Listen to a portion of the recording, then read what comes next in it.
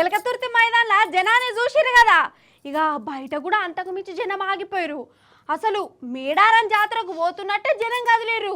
మన ఇంటి పార్టీ, మన గులాబీ పార్టీ, మన పార్టీ పండుగకు బోర్డే కావాలనుకుంటా కుటుంబాలతోని దోస్తులతోని బయలుదేరు. తువ్వ పొడుగుత జై తెలంగాణ అనుకుంటా సంబరంగా ఎలకతుర్తి తవ్వ పట్టిరు. అగ చూడురి మన తెలంగాణ రోడ్లు ఎట్లున్నాయో. తెలంగాణ 33 జిల్లాల తొవ్వలు చూడురి ఎట్లున్నాయో. జాతరకు పోయినట్టే కదిలిరు జనాలు.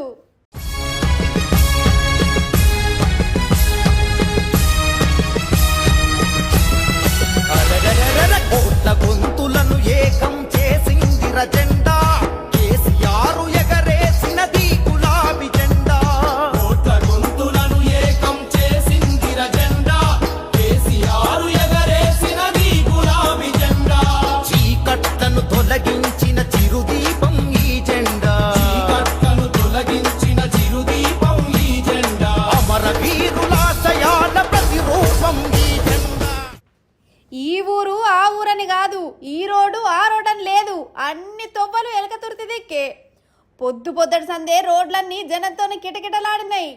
ఎడ్ల బండ్లు, ట్రాక్టర్లు, వ్యాన్లు, కార్లు, బస్సుల బండ్లు, జనం ఏది దొరుకుతుంది కట్టుకొని ఎలకతుర్తికి ప్రయాణం చేసిరోళ్ళ.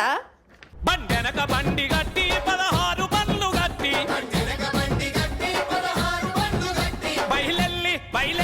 బయలెల్లి పొదం రారో మన కేసీఆర్ సభకు. నడుగటి పొదం రారో మన బీఆర్ఎస్ సభకు. స్త్రీ పురుషులంతా కలిసి అడపాటలందుకొని గులాబీ జెండా బట్టి గుంపోలే గదులుదాము మన వరంగల్లు సభకు.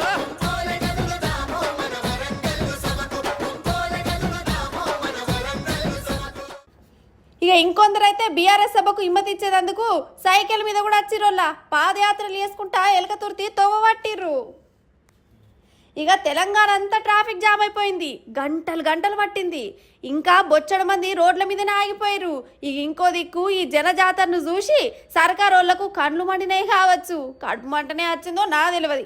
ఈ ఎలకతుర్తి సభకు పోతున్నోళ్లను పోలీసులు ఆపిర్రు. ఈ షేకింగ్లు ఆ షేకింగ్లు అనుకుంటే దిమాగ్ ఖరాబ్ చేసిర్రు. ఇటు తవ్వలేదు అటు తవ్వలేదు, ఇటుకెళ్ళి పోవద్దు అటుకెళ్ళి రావద్దు అనుకుంటే ఇంకా చాలా మందిని వెనుకకు మరగొట్టిరట. కానీ పోలీసులు ఎంత ఆపినా, ఎంత మత్పరిచే ఉపాయం చేసినా జనం మాత్రం గులాబీ జెండా పట్టుకొని ముంగడికే అడిగేసిరు. అగ్గో